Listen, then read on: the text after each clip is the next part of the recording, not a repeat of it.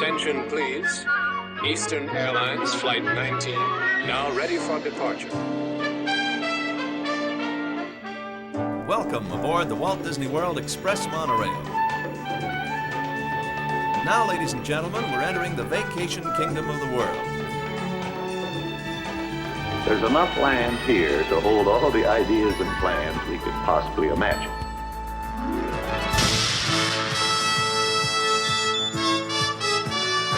We call it Epcot. Will be our experimental prototype city of tomorrow. Welcome to another episode of the Retro Disney World Podcast, taking you back to the vacation kingdom of the world, the way it was, and the way it is in your memories. All right, welcome to another episode of the Retro Disney World Podcast, the official podcast of the Lake Buena Vista Historical Society. This is episode 76, The Spirit of America, which is timed perfectly with the number there. See what we did? Sitting in with me as always for this recording, Mr. JT Kujar. How are you doing tonight, JT? I'm great. I'm blown away that 76 tied in with July and 71 tied in with October of last year, and right? We didn't even plan it. No, it just happened that way. And seriously, right? I mean, people think, oh, you planned this, but we did not plan it at all. No.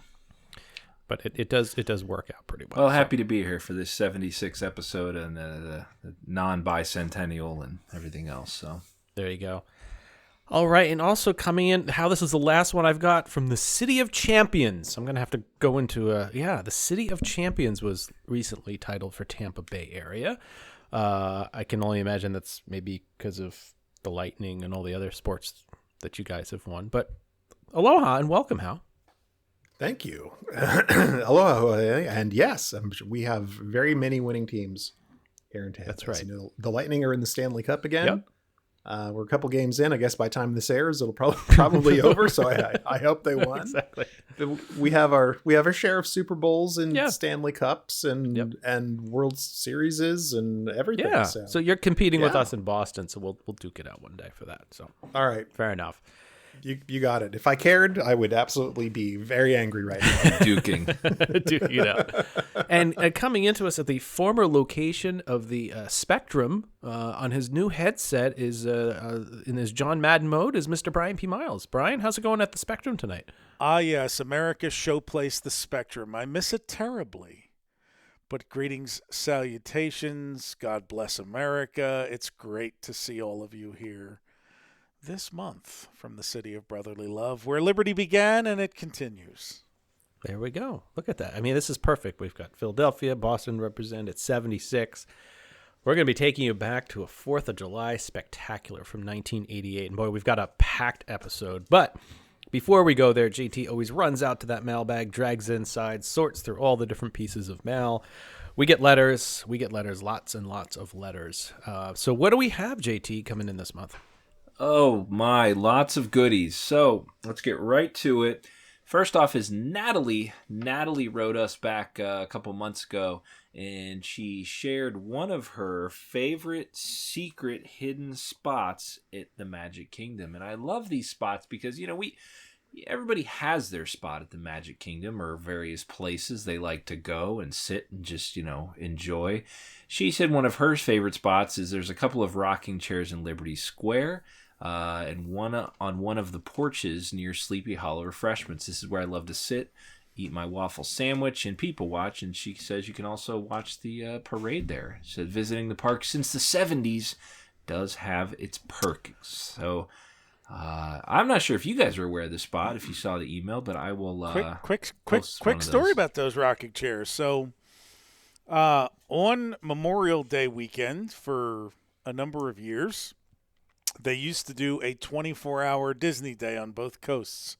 Disneyland and Walt Disney World, the Friday before Memorial Day, would be open for 24 hours. Magic Kingdom would be open from 6 a.m. to 6 a.m. And I went down for some of those years. They were a lot of fun. They would open soft opened Seven Dwarfs Mine Train that day. The one year, and so there were people, if you were there the full 24 hours, you could do 3 3-hour waits in line and ride it 3 times if you were that interested in seeing the creepy projected dwarf faces. And anyway, I'm in the park, relatively early, close to 6:30-ish maybe. Well, by 8 o'clock in the morning, I'm a little peckish, and I got one of the aforementioned, I think it was a waffle sandwich or some kind of pastry and a cup of coffee. And I went and sat down on those very rocking chairs in Liberty Square by myself, up there having a little breakfast. And about 5 minutes later, there was a tweet from my Twitter friend, Mary Jo, who's at Mojo Disney on Twitter. And I had never met Mary Jo in person, but it was a tweet of a picture of myself sitting on the porch in the rocking chair eating my breakfast, and she said, "I spy Brian P. Miles." And I was like, Is this like a Spaceballs moment? When is this Yeah, I happening? was Now? like, Right now, right sir. now. What the hell am I looking at? When does this happen in the movie? Now. You're looking at now, sir. Everything that happens now is happening now. What happened to then? We passed then. When? Just now. We're at now. Go back to then. When? Now. Now? Now. I can't. Why? We missed it. When? Just now. So I wanted to, I was like, she didn't even stop and say hi because she was probably running to Seven Dwarfs Mine Drain or something. But we've since met many times, and she's local to Knoxville and Dollywood. So on my visit to Dollywood a few years ago, she played the role of escort, showing me VIP escort, showing me around all the things I needed to see and eat in Dollywood. But so I have some experience with those rocking chairs, and I'm always disappointed when it's also right close to the place where you can get the fresh fruit and pickles and stuff, the snack stand there in Liberty Square. And I love to get either a pickle or a pineapple spear and a Diet Coke, and I make a beeline for those rocking chairs, and I'm always crushed when somebody's sitting in them. I'm like, man, I was going to sit there. So that's a great spot. Don't sit there. Yeah, you want a little reserve thing. Yeah, we should get a little reserved card for you. Keep them clear from here on out. Miles. We're going to tell you where they are, but don't use them. Okay, well, thank you for that, Natalie. Okay, next one. This is from Ed, and this is going to be a good, we'll say, show notes. Lots of pictures this time. Ed says, great show again, gents. And we talked a couple months ago about the fiber optics in the Epcot sidewalks. And he says he did confirm with us, as Howe stated, there were some less than ornate ones closer to Spaceship Earth. They were simple pinpoint lights through the square, and some of the squares were in a checkerboard-like pattern on the walkway. He gave us a photo, and he says these were there right up until the current construction. And we discussed this, but there was this style, and there's some that looked like more of a design on them and stuff. But I assume this was one of the earlier ones, right? To my memory, those were the first ones, and then they got fancy when they did I think those predate. If I'm remembering this correctly, I believe those predated the ones, but with the Interventions revamp, or the really ornate animated ones went in. So I think those could have been sort of like tests for what ended up going on later on in Interventions, but I could also be completely wrong. Well, Ed, thanks for the photo. We'll share that out, and let us know if you end up installing these in your backyard eventually. He said he'd like to do that. So we also got a tweet or an email or something from someone telling us that the Moana's World of Water or whatever is ultimately built in those areas, that there's going to be walkways like this in the Epcot redesign. They're one of the things that didn't get cut from the budget, supposedly. So far. Nice. It's eventually just going to be a splash pad. That's all. Moana's splash pad. All right, here we go. Next up is Rick. Rick wrote in about episode 72, our Maelstrom episode. Says, one interesting fact about Maelstrom was that each level had its own trough, and that show ride control system had to activate dams to hold the water in each level's trough. Otherwise, the attraction would flood the gift shop. This was because the ground level was not large enough to hold all that water. So, not sure if any of you guys heard that one. He said this was in Steve Alcorn's book, Theme Park Design. Interesting. Yeah, I know it was obviously it was multi-level because we went up and went back, but that's interesting that each had to kind of control the amount of water that was flowing. So they must have had pumps bringing the water to the top, and there's got to be some level of spillover and some amount that's got to go down to each level and cascade down. But I've never experienced a flood, but here's the good thing. If it did flood, there's plenty of Helly Hansen jackets to go around. So you're completely covered in that. I think shortly after we got, either right before or after this email was sent, I did see someone on Twitter, and I cannot remember. It was what are the Imagineers that I can't remember if it was Frank Mezzaluna or if it was someone else, actually told the story about how he filled that the top one for the first time, and they were doing numerous tests, and he forgot to something happened where it didn't raise up that dam properly, and sure enough, it did flood the gift shop, and there was water pouring through the ceiling of the gift shop. Oh man. And then he realized, oh crap, I know what happened, and then ran up and turned everything off, stopped the pumps, and so it wasn't a horrific amount of damage, but apparently Splash Mountain and a lot of the other pirates, I think, well, no, Pirates doesn't, but Splash Mountain, there's actually a reservoir outside that they could pump the water into when the ride isn't filled. And I think that's true at Disneyland's Pirates of the Caribbean. I'm not sure about Magic Kingdoms, but Maelstrom was built without one, so they have to contain the water inside of it at all times. I remember seeing the video where Adam the Woo snuck backstage there not long before the ride closed. It was the video that ultimately got him trespassed for a while from the parks. But when you're backstage, I mean, it looked like you were backstage at a giant pet store that was an aquarium superstore, because it just looked like all of these pumps and filters and going, and you're like, man, that must be the Shark Tank on the other side. This must be. It did. If you've ever been on the backside of a wall of aquariums in a pet store, that's what you see, are all the tubes and things and tanks and things like that. That's awesome. All right. Well, thank you for that little nugget there. We appreciate that one. Okay, here we go. So this one is connecting back to our Honey, I Shrunk the Kids episode. This is from Host Sway. He says, and we mentioned, which How did, that the Honey, I Shrunk the Kids, what do we call it? Adventure Playground? I forget the official name. Movie set adventure. There it is. How mentioned that it had more steel than the Eiffel Tower and Lady Liberty combined. We were obviously skeptical, and it is indeed a tricked fact. The Statue of Liberty contains 125 tons of steel, while the Eiffel Tower contains none. It's all iron. So between them both, there's only 250,000 pounds of steel. That means each 45 grass stalks in the Honey, I Shrunk the Kids area would need to weigh about 5,555 pounds to meet that number, which is not all that heavy considering that a single Rolls-Royce Phantom weighs about 5,700 pounds. Sounds about right. And I'm sure each of those stocks weighed more than that. That said, even though the fact is misleading, it's technically true. Oh. All right. I love it when people can do math. Yeah. I know, right? Yeah, but you have to start with a big fat 0 on one of them. That's the trick portion of it. It has more crackers than.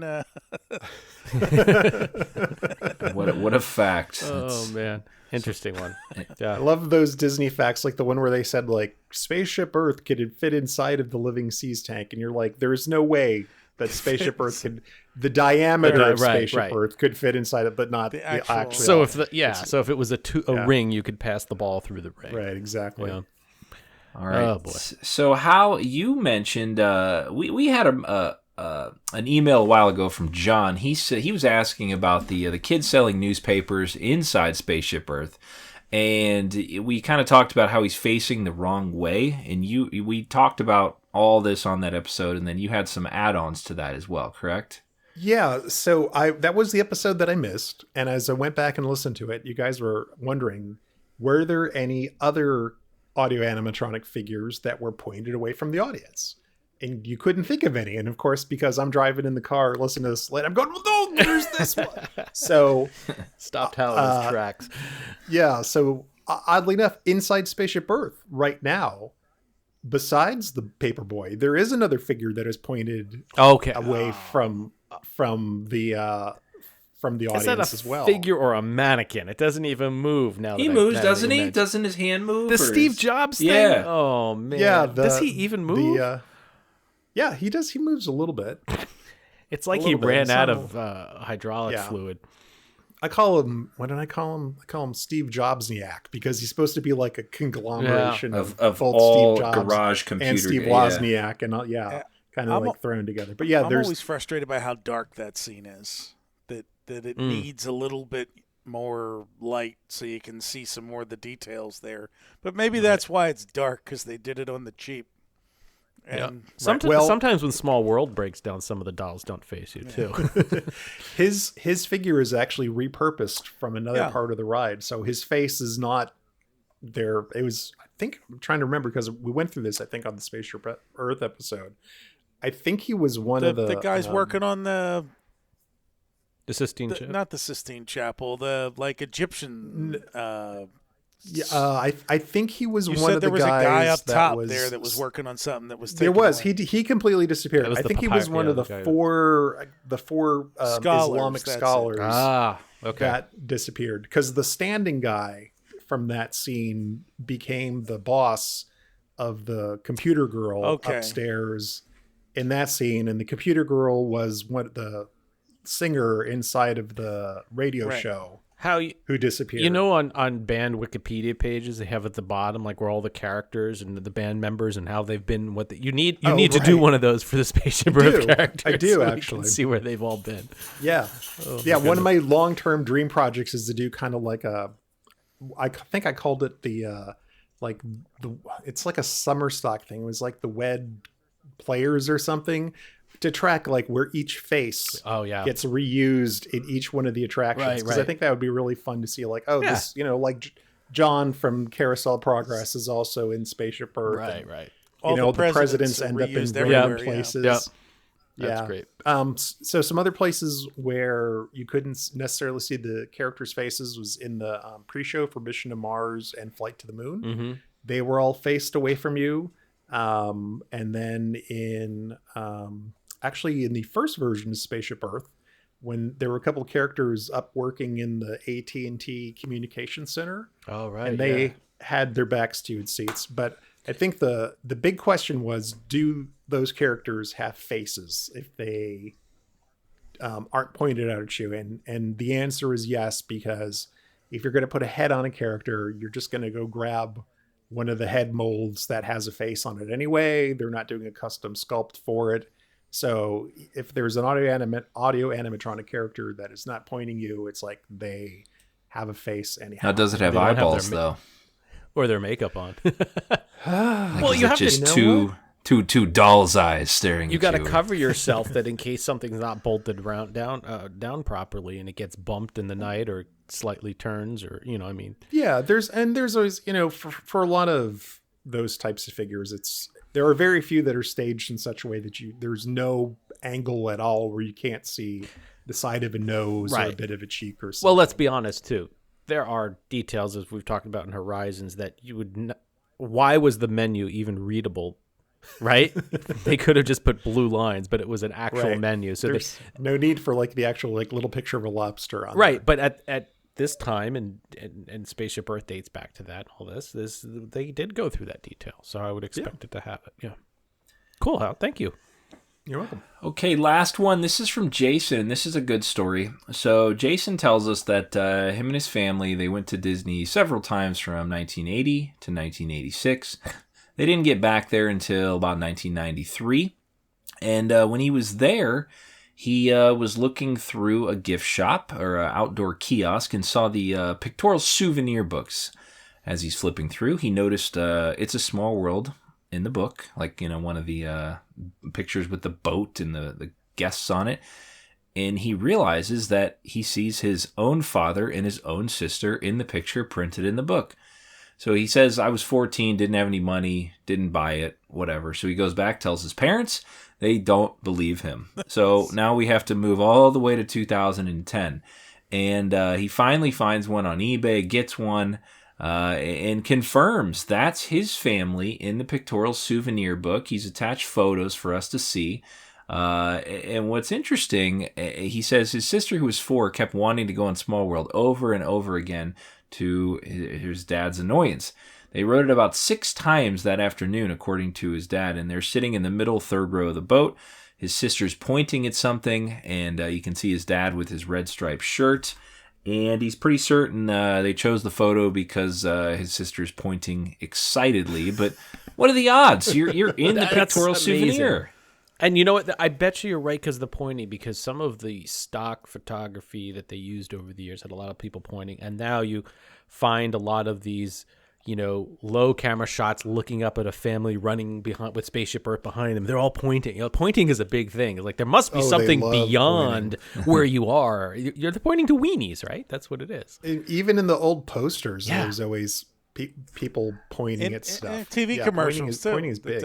Uncle Sam does it. He wanted all the promo things. There's always like, well, the Dreamfinder walking through the rainbow tunnel with Figment. He's pointing things out that aren't there.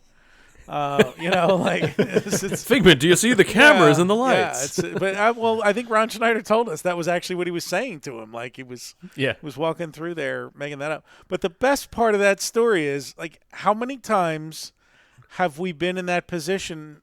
I know I was at least once or twice as a kid, where you see something or you tell your parents something that you know is correct, and they look at you like, yeah, right, kid. All right. Like, that's literally the experience I've been on this earth 43 years. Like, at no point did his mom or dad think, well, I guess it's worth stopping and looking. I mean, we'll stop at Main Street on the way out and just show us the picture, Jimmy, And I wonder if he's running around like buying because they probably use that picture ad nauseum through a lot of different. It lasted in that one for a couple of versions. That's cool. So and of course he sent us a copy of the photo and everything. It was neat to look at it. The other part of it was, he says, my dad and my sister, but it's not me sitting next to them. So did they put like a random boy? Like, is that how they seated people back then? He didn't want to go on the 6th time. Is that how they seated people back then? Like, you might just get like a random extra from another row? Oh, yeah. They used to load, if you were 2, I mean, those are 5 across. So on a busy day, if there were 5 people, they'd put 2 from your party and 3 from another one. And you were sitting next to a stranger. They really don't. They don't do that anymore. At least stranger danger. No. They used to put someone with you in the Haunted Mansion in an omnimover that you didn't know. Oh, that's weird. That's weird on that one. They're all. No. I'm scared. Would you hold my hand? Well, I did do that once on. Those aren't pillows. No, not that.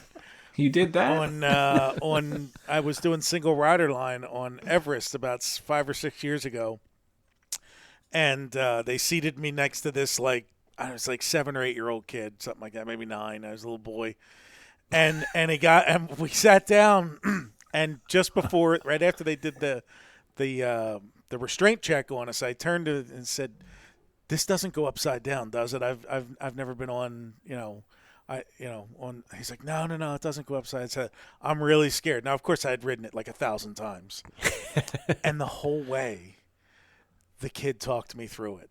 And he's like, oh, no, it was the cutest thing. And he's like, awesome. Well, we're going to go down a big hill now. Now we're going to go backwards. And so I have the picture of us going down the hill. I mean, the kid's probably like 14 now, but I have the, I had PhotoPass at the time. So I have the picture of me and this kid going down the lift. And every now and then I come across it and just chuckle to myself. It's a great way to ride the ride, by the way. If you ever get seated next to somebody who's like been on it a bunch, just pretend you've never ridden it before. That's a great idea. Yeah.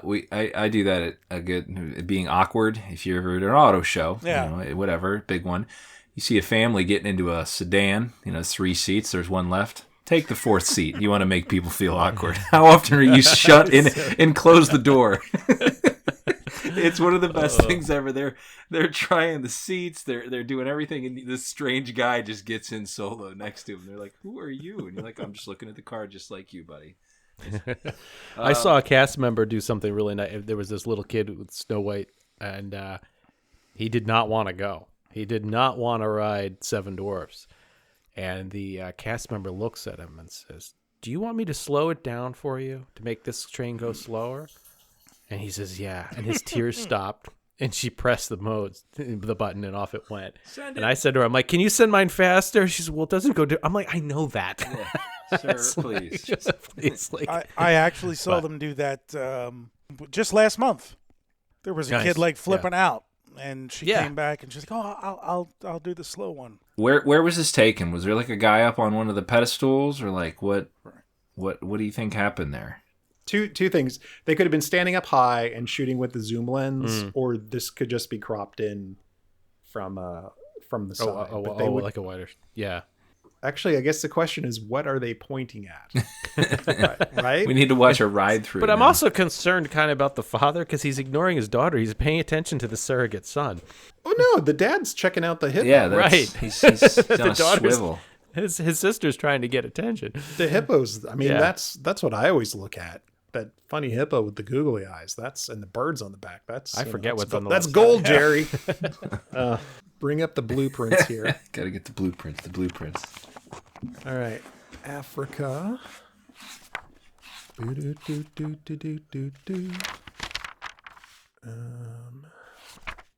on the blueprints, it's going to say like secret photo spot.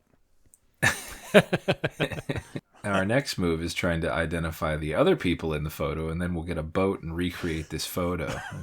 Right, then we got everyone. There's like, unfortunately, it's all like F57, F46, or D. And well, if they're right to the left of the hippo, then that picture the person has to be back by the pyramid somewhere, right? Yeah, maybe a little past that. There's another outcropping.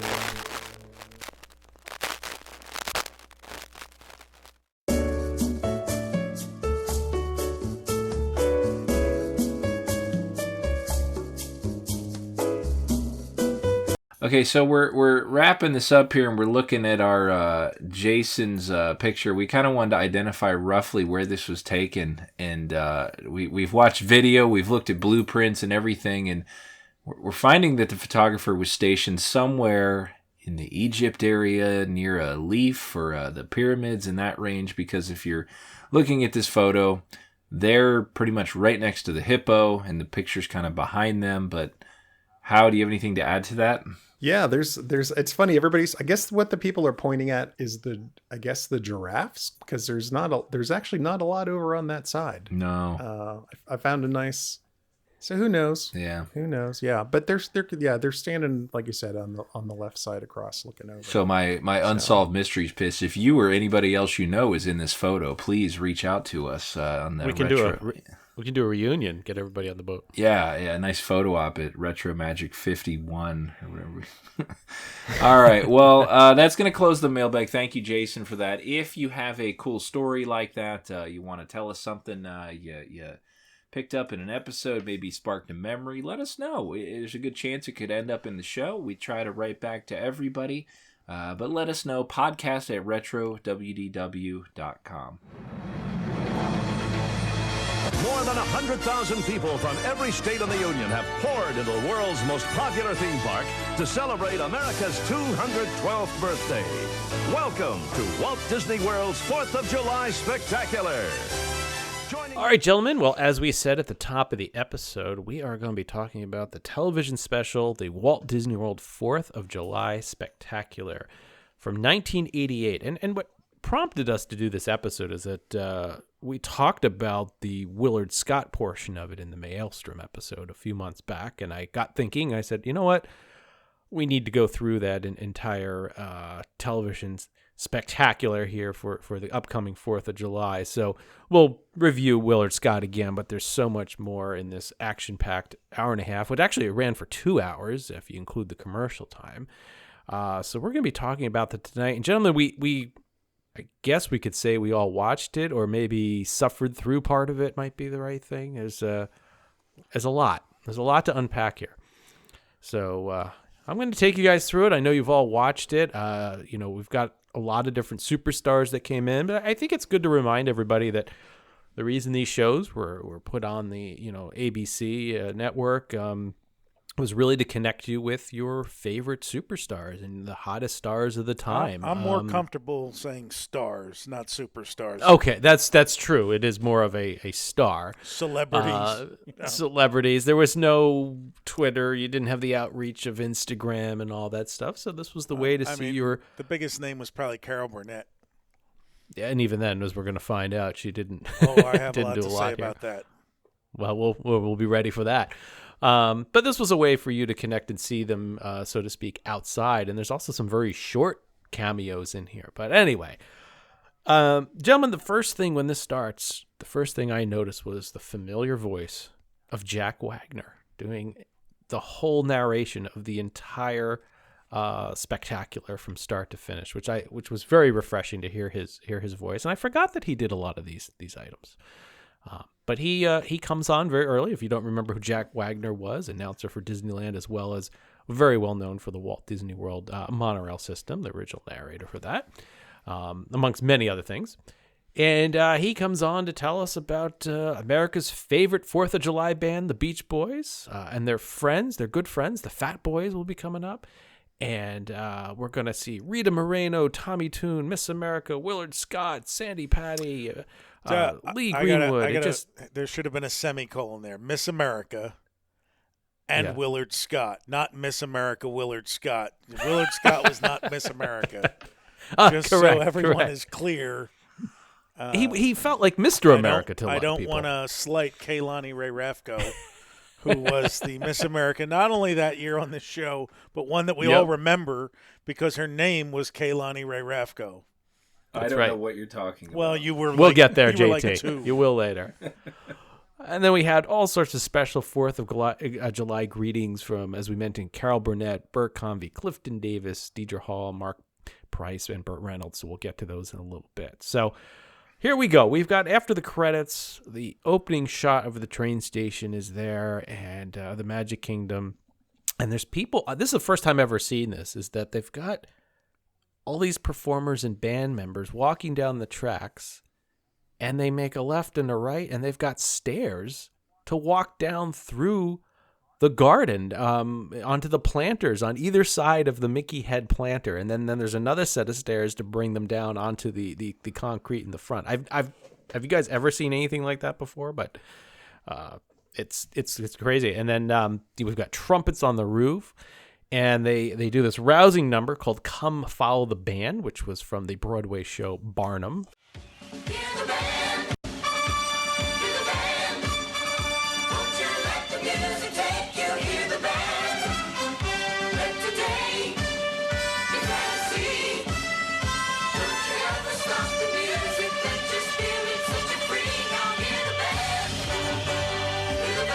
And before you know it, the train rolls in. We've got dancing and excitement, and this is a big opening number. And all the dancers are dressed like band members, and this runs about, 3 minutes and 20 seconds too long. I don't know what you're thinking, John, but I was, and then these are not things that I particularly enjoyed, these types of numbers, but it was the big opening number. We quickly jump down to Main Street, USA, to introduce our hosts for the evening. Let's move now to Main Street, USA. And here are Tempest Bledsoe from The Cosby Show and the star of the new hit Double Dare, Mark Summers. Some of the younger listeners out there may not know who these names are, so I'll kind of fill them in here. And Brian, you're our resident expert on a lot of these people, so I'm going to look to you tonight for more color commentary on the individuals. But let's start with Mark Summers. 2 years prior to this, he started a very popular game show on the Nickelodeon. He was the host, called Double Dare, but did a lot of other different hosts over the years, and really became a staple of some kid shows. There in the Food Network or Food Travel Network, right? Channel, he did Unwrapped was his show. Yes. Where he went to the factories and would go stuff. To the factories and all. Now, I want to say a couple of things. First off, although he identifies himself as having grown up in, I believe, Indiana during this special. Correct. He is Philadelphia's own Mark Summers. His production company is based here. Double Dare was produced here. My sister got to go and be in the audience of Double Dare once because they produced it right in the city, and it was like every a school trip. child in 1986 who watched that show wanted to go and just get slimed and jump into a giant pudding pie. And what it was like an obstacle. Well, it was like an obstacle. The end was an course. obstacle course. Yeah. And there was a Jeopardy section, right, where you answered questions, trivia questions. Do you want me to talk about this? Yes, I do. JT, because this is in your this wheel. This is the one thing I could talk about on this episode. Go ahead, JT. So Double Dare was like a trivia game back and forth, and then they did, I don't know the answers, so dare, and then it went back to the other team, Double Dare, and then it turned into the physical challenge, and then they had physical challenge. That's right. Physical challenge on a high gloss tile floor, which always led to spills. And it would be like, let's see who can get the most water in this cup across the way with sponges. The end was the obstacle course with the the mouth slide and the Sunday slide and the hamster. Did they have wheel. Flags planted or something? So like a good one was like you had to go pick the big nose and pull out the boogers, and the flag was up in the boogers. And so then the next move was you get the flag and shove it down your shirt, of course, covered in goo, and then you try to get through all like 10 stations before the time ran out. And Mark Summers was there the whole way, yelling at you, dig, get the flag, the whole thing. He was a great host for that. Very high energy. He had like the suit on with the jeans usually. It was good show though. That was, and then there was Family Double Dare. There was a couple versions. Oh, that's right, a couple spin-offs, yeah. And he my understanding, he had OCD, and some of this and self-diagnosed. He did he even has a book or something or some sort of series that he did on it, and he had to kind of work with himself to deal with these kids getting covered and himself getting covered in slime. So you can imagine that. What's interesting is they a few years back, I don't know, 10 years ago, they did a reunion show with Double Dare, and it was only like 20 minutes on some random channel, and it just wasn't that good. And I tweeted, I said, this wasn't the best. And Mark Summers actually tweeted at me and said, can't please everyone. And I was like, no, I just wanted more of the original Double Dare. That's hilarious. Mark Summers calls you out. Yeah, he did. All right, well, tag him on this and say we're doing him a good here. I love Mark Summers. All right. Well, Mark was paired with Tempest Bledsoe, known mostly and at that time for her role as Vanessa on The Cosby Show, the fourth Huxtable child. I did not follow her over the years. I don't know what she did before and after that. Does anybody have any information on that? I think she just lives on Cosby Show originals. Residuals. She's just on reruns. Well, no, that's not true. She had a talk show, the Tempest Bledsoe. Really? Bledsoe show. Back in like the mid-'90s when they literally gave everyone a talk show. Yes, everybody got one. She had one for a little while, and that was kind of her thing. But yeah. Yep. Go back and watch The Cosby Show. You can see it. I'm sure she probably did some... It looks, I'm looking at a page right now. So she's done a bunch of, like one-up guest appearances on and shows. Voiceover work on the Disney Channel. I'm trying to see if she's done any Hallmark movies, because that's what happens with a lot of them. Yeah, she was on The Replacements. So, yeah, a couple things, but never. No, like you said, Brian, they're not superstars. Yeah. They're celebrities and stuff. Well, to his point, I think if you're in Cosby Show money, you probably don't have to do things unless you really want to. Prior to 3 years ago, yeah. And then when hopefully she invested when they properly. stopped running the reruns, the check stopped. Hopefully she's invested well. That's right. So we cut over to a gazebo shot that looks like it's over at Liberty Square, and Mark and Tempest are there, and they quickly start talking about what we're going to see, and there's a little banter that goes back and forth, and we jump over to Main Street, USA, where the parade starts, and we have an all-American college band. We get a quick shot of that band. We jump into the U.S. Army Ground Services band, and only a few seconds of that where we got the Walt Disney World Marching Band, and thus starts the song that will never leave your head. And also, this is the name of our episode, The Spirit of America, which was definitely a Disney earworm, I could say. So at this point, you don't see Mark and Tempest. They're off camera, and they're just narrating the parade. Good evening, everybody. Boy, this sure is the place to be on the 4th of July, isn't it, Mark? You bet, Tempest. I mean, think about it. All these celebrations going on throughout the country, and we're here on Main Street, USA for the big one. Well, Walt Disney World is decked out in red, white, and blue 365 days of the year. But the 4th of July is really special. You know, Walt Disney once said that if you could look deep into his eyes, you would see Old Glory waving. When you would see the Easter parade and the Christmas parade, they at least would station like a broadcast, like a traditional parade reviewing stand location for Regis and Kelly, or for Joan London or whoever to Ben Green, Ben Green, broadcast from, or at least appear to be broadcasting from. Yeah. This one, maybe they. I mean, and they had been doing them for a few years at this point, but maybe they just didn't have their groove for this one, or because it was two different parades, it was night and daytime that they were pulling in there. You can tell that all of the dialogue was done off camera, watching a video screen, not watching what was actually going on in front of them. And it's very. Look, Regis and Kathleen are natural, right? They can ad-lib and they can take the script and make it feel natural. Mark and Tempest just didn't seem, it felt scripted, it felt studio edited, there's no natural pauses, and there's just these weird things that most people wouldn't say, with these odd little laughs and like, where did that come from? So you got and the sense it was weird. Some of it was scripted, if not all of it. Our first float is led by Disney's World Band under the direction of Mike Davis. I've always wondered what I'd look like in one of those costumes. You look very cute. Oh, thank you. But definitely they were narrating to the edited video they were looking at, and not something that was happening live. That's what comes through very quickly. Yeah. And what's really interesting is it's so edited that the same float comes down the street multiple times from different angles over and over again. So this is how you get to a 2 hour. It's like Hanna-Barbera, like how the backgrounds are reused when Fred Flintstone's running or something like that, you know. So we've got Spirit of America playing. The singers are there. They're doing all this thing. We've got some of these oddball quotes, but then we get a surprise. In his red shirt, open at the top, a few buttons, the hair's flowing out of the chest, from the chest there, flowers behind him, some crowd noise piped in. It's none other than Burt Reynolds. And he tells us a bit about the Declaration of Independence without even mentioning it. Now, gentlemen, I want to read it here, and you tell me if this makes sense. Over 2 centuries ago, a group of true patriots got together and created a document. That's important to us now as it was then. Maybe we don't think about it every day, but it's there. And if it wasn't, we'd think about it.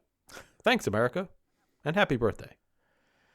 It was what is that? It was the first of what clearly were there's probably a half dozen of them throughout the broadcast of these drop-ins of these bigger name people who agreed to do like 30-second clips that could be cut in, which were very popular in these Disney parade broadcasts and specials back then, where you'd just agree to sit in front of a camera somewhere, you know, send a crew over to my backyard and I'll record it.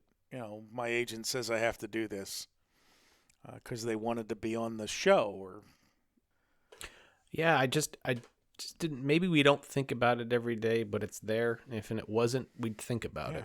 Well. Thanks, America.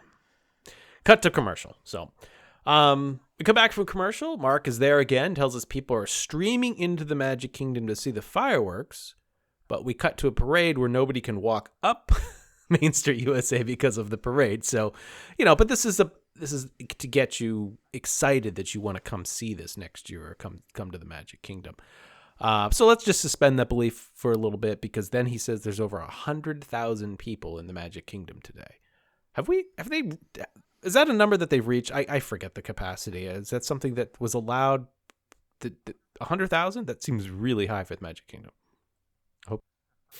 From what I remember from the 1990s going on, they could let 105,000 in, and then they would cut it off. Then they would. Okay. So, all right. So that is a very busy. Yeah. But yeah, that is uncomfortable but within the realm of possibility. All right, so Mark and Tempest their comments are continuing, and we're treated with a lighthouse. And he's got a really weird written quote. By the way, they're dancing down there. Either the fishing's great or the Red Sox won a doubleheader. I hope it's the last one. Yes. I hope it's the last one. I mean, who writes this stuff? But he was referring to New England because they're trying to go through all the different major areas of the United States. And then Tempest with I imagine it must be difficult to dance in all those clothes. But they always look like they're having the best time of their life. I mean, they're just like, you sit here and it feels painful to watch it. Is she suggesting that they should be dancing naked? I don't know, or maybe smaller leotards. Yeah, I think or they're something. just because they're big, full outfits and right. So we got the same song, Spirit of America, going on. Song starts again.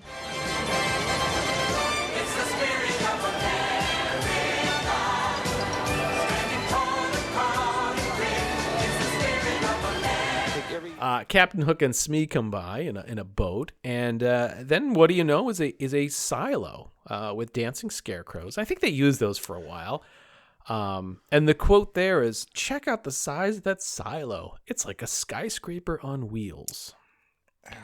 So, but anyway, we get Country Bears on a wagon. We got Big Al, Liver Lips, and I believe they called him Shaker. Is that the correct name? I didn't never. Yeah. Okay. I think so. All right.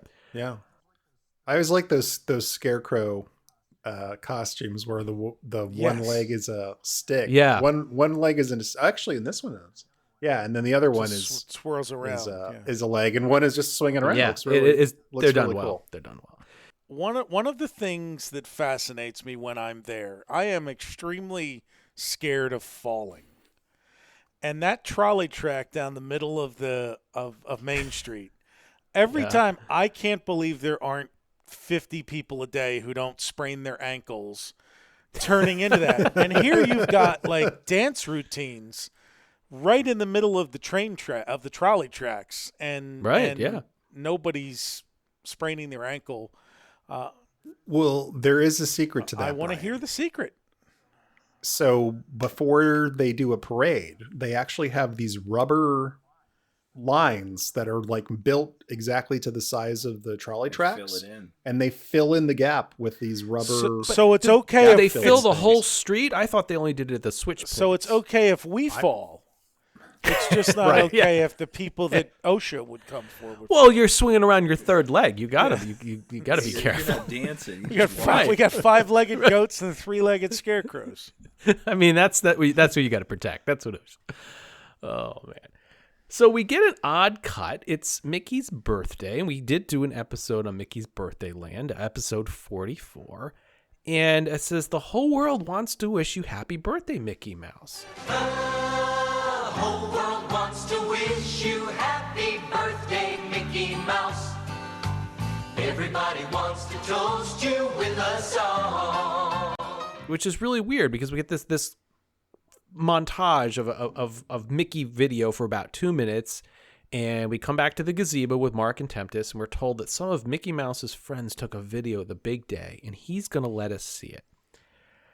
And thus starts the oddest, and maybe this is just the period of time when no one could do a good character voice. There is just something wrong with this whole segment.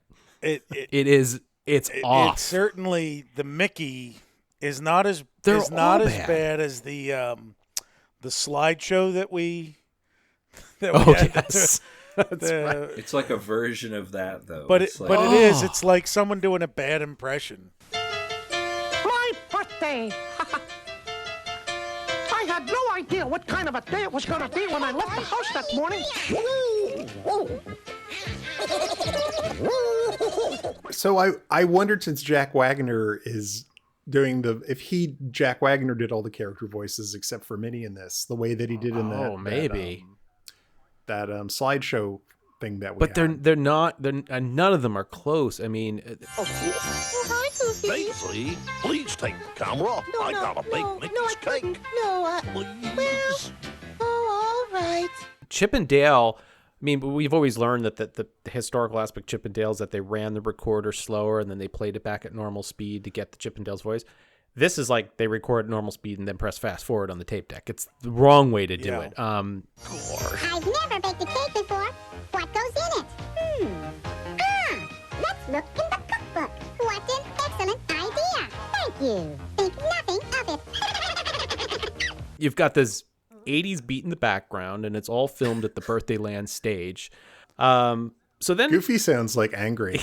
Like just he's been something smoking cigarettes and he's very angry. It's just wrong. Yeah. Oh, here we go. There was one person who did the character voices. They're in the credits. Oh, who is it?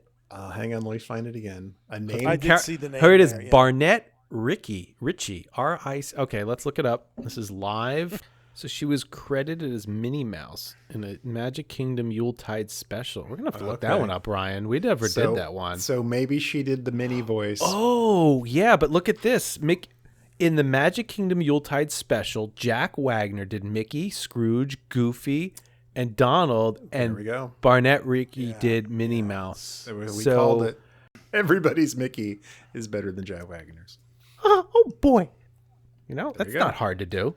So now this is also a part to try to get us excited to come see Mickey's Birthday Land. This is probably one of the first times they really put a plus on it. It was the first new land. And there was more to come. Outside, they were opening up my birthday land. I was so happy. All my friends were having a great time, and Duckburg was decked out. But yeah, I mean, and it's new and it looks good, and Mickey takes you through every room in his house. Yeah. Yeah, they show you the stage show. And they show you when part of the stage show. They show I love how he says Carol Burnett drops in and she doesn't say a thing, but she's there for the opening, I guess, with Michael Eisner, and they pull this whistle and it goes off. That was from the grand opening. The Mouska Maze. I liked how somebody called it a petting farm. It's always a petting zoo. I've never heard it called a petting farm before, but maybe zoo isn't the right word, because it's on Grandma Duck's farm, so they can't call it a zoo. That's I did a little digging on the Mouska Maze, and because I don't remember because I have a video of me a few years after this, probably 1990, 91, and in this video they show these kids looking at these PVC like pipes, and they look over and it shoots them in the face with water. Now, the video I have that's a few years later than this, that water shooting is no longer there, and it's just like a puff of mist. So I'm wondering if they popped too many kids in the face and made them cry, and they realized we have to change this because someone got squirted in the eye and did permanent damage. I'm pretty sure. Oh, are you serious or you? No, but like looking at this, serious, Clark? Like there's a couple of shots in here of like two kids getting it, and they're reacting like, why did you just like a super soaker 100 to the eyeball? Water? Yeah, it's it's just this video, and the PVC pipes are there, but they're just like it's like a mist of like almost like a fog machine later down the road. And I got a cool shot of it because the train rolls right by there. It's like which it worked then, doesn't now, but that's the Mouska Maze. And then the Mickey house always grossed me out because it was just like a little Tyke's house that he stood in. Like it wasn't. He's like, I'm making my bed, and you're like, no, you're not. That pillow's plastic. It was just a blow mold. JT's house. like, I want to see. You're textiles not the real in Santa. I was like, like 10, 9, 8, in that range throughout all this, and this whole area just wasn't that impressive. It just looked very chintzy. Like, I know what you mean though. They did have a lot of like some of the furniture was real, but I guess not that particular. Yeah, I remember going into Mickey's dressing room, and I'm like, this is weird. Like it was. So I want you to remember, as we talked about on our Mickey's Birthday Land episode, this entire land was built with the marketing budget for in that like 60 year. days or something, wasn't it? Yeah, something ridiculous. Yeah, it was like 3 months or 2 months or 3 months, and the whole thing was it was baling wire and duct tape. It was super cheap. You're right. And then Imagineering got pissed because they weren't consulted, and so it was not expensive, and it was not done slowly. But you know what? It worked. Yep. It worked, and that was the first time you could walk through Mickey's house. Yep. And then they took this idea and actually made it nice in California, and we put some money behind it. And we see a balloon launch, and Cindy Williams and her kids wish Mickey a happy birthday. Nancy Reagan and the Foster grandparents. Was that her band? Yeah, no. Was that Nancy Reagan's band? Now the Crawford brothers covered this a couple of months ago and made the same similar joke, and I I now have to correct you guys too, but two things. One, I couldn't figure out why I kept singing the Laverne and Shirley theme song. 1, 2, 3, 4, 5, 6, 7, 8, Schlemiel, Schlemazel, Hassendampf Incorporated.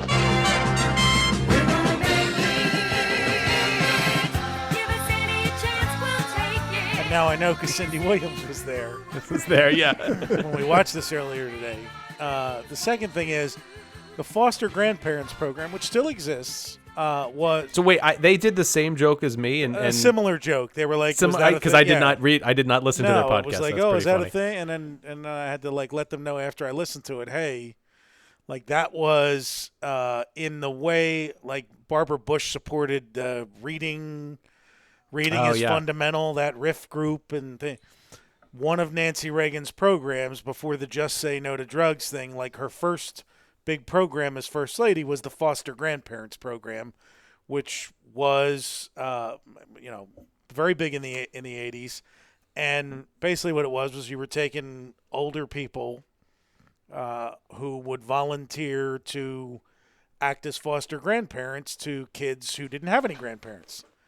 Gotcha. And, as mentors, kind of like the big brother, big sister, but in the grandparent mold. So you got some grandparents to give you, take you out for a Sunday and give you $2. That's cool. If they didn't have any grandkids of their own and you didn't have any grandparents, and they paired them up. So that's what the foster grandparents were. Everyone in 1988 knew who the foster grandparents were. But I forgot, but they're not as exciting as the foster grants, which would be... They'd give you like a pair of like inexpensive sunglasses. Right. Or the Foster Brooks who would sit there and do drunk jokes all day. Kids look them up. That's right. All right. Well, dusk falls on Duckburg, and the bus drives off with all of Mickey's friends. Somebody drops the camera, and wait, I have one. I have one note. One note about the bus thing because it's nighttime. Yes. And there's crickets chirping, and it's the same cricket soundtrack from the Jungle Cruise. Oh, that's awesome. Well, hey, why revisit? Goodbye, Minnie. Goodbye, everybody. Bye. Goodbye, Mickey.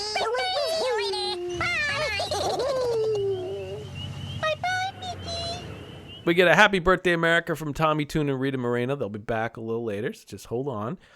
We're told that the exquisite new Grand Floridian is host to our next guest, and we cut to commercials. So, we've talked about this before, but there's this next guest are the Beach Boys and the Fat Boys doing Wipe Out, which was a big hit in '88 there.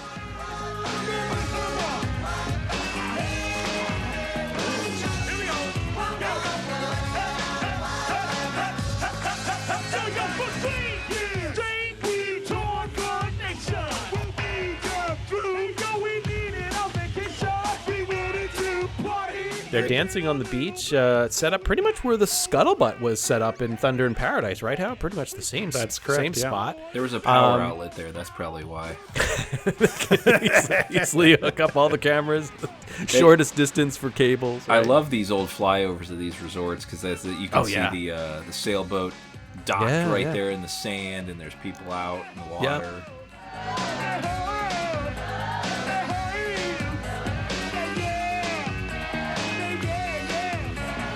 So go check out the Beach Boys and the Fat Boys online. They also had a real video that ran on MTV, which was great. And everybody talks about John Stamos in the Kokomo video, but John Stamos is in this one too, pretending to play guitar as well. Is he? There we go. Yeah, he is. We'll talk about him in a little bit because we got some He's info. in the pink tank top. There we go. And that ends, and then they cut to Mark Price. You guys remember who Mark Price is? I've been actually watching these shows recently, he played Skippy on Family Ties. Oh, sure. Oh, that's right. Erwin because Handelman. he was Erwin Handelman. There it is. Well, okay. So call back to our episode about shooting game shows at Disney-MGM Studios. Oh, that's right. He was there shooting Teen Wizard Drama. Oh my gosh, I forgot about that. That's right. He was the host on that. Yep. So they got him, and he gets a little girl to blow a birthday kiss to all of America. Really short part. But now we're going to go back to Main Street, USA, and we have the float of floats. JT, you mentioned when you were watching it, you sent a message in our episode channel like, oh my gosh, this was a steamboat float. By the way, just in case anybody didn't know, the song is Spirit of America. So. It's the spirit of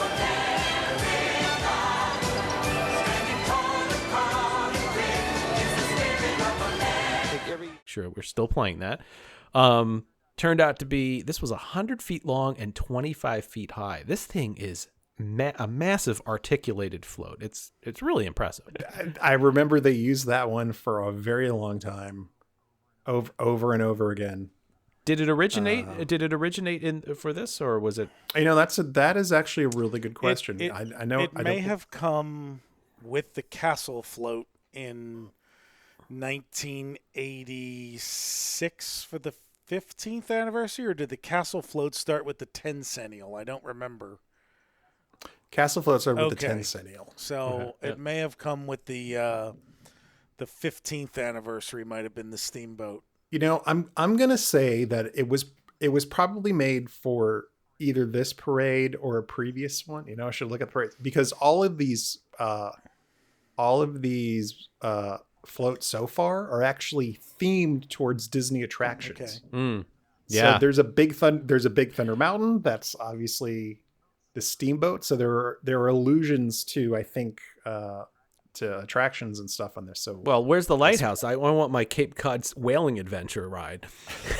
I mean, we should mention that this was all in the middle. Their 1987-88 promo was the Star Spangled Salute to America. That was once the 15th anniversary was over. Their next year and a half was the Star Spangled Salute to America, which was piggybacking on the 200th, the bicentennial of the Constitution. And so the parade all year was a patriotic themed one. And it's great because the finale of the parade was a Constitution float. And then for Christmas week, because if you remember, they didn't used to do Mickey's Christmas party all the time. They just used to have a Christmas week parade. They simply did an overlay to turn the Constitution into a big Merry Christmas cake. And then just took it off right afterwards to turn it back into the Constitution or Declaration of Independence. We the people. Yep. Yeah. So. Reuse it. So we. Oh, and Todd, I was wrong. That castle one, that was for the 15th. Yeah, I thought so. Finale. I thought so. Okay. So it was. Okay. I mean, because we get to see it here later, and it was fairly new. So we get a mining float with what they call Mr. 49er, where he's exploding a dynamite thing, and steam and water comes flying out. Very reminiscent of Big Thunder Mountain. Yeah, my favorite part on that float is that there's a prairie dog coming out of a hole, and they have it holding a tiny little American flag. Well, hey, he's patriotic too. Goofy does a rendition of Back in the Saddle. He sounds like Rolf from the Muppets, to be honest with you. Again, things were a little simpler back then, weren't they? In the saddle again. Ooh, who's that? Ah! That's Goofy. Well, granted, Goofy's a little clumsy, and horse riding didn't come naturally to him, but he stuck with it, and look where he is today, doing his best John Wayne impersonation. Well, listen. So was that before Van Halen did it, or after Van Halen? I don't know. Aerosmith, I think, that did it.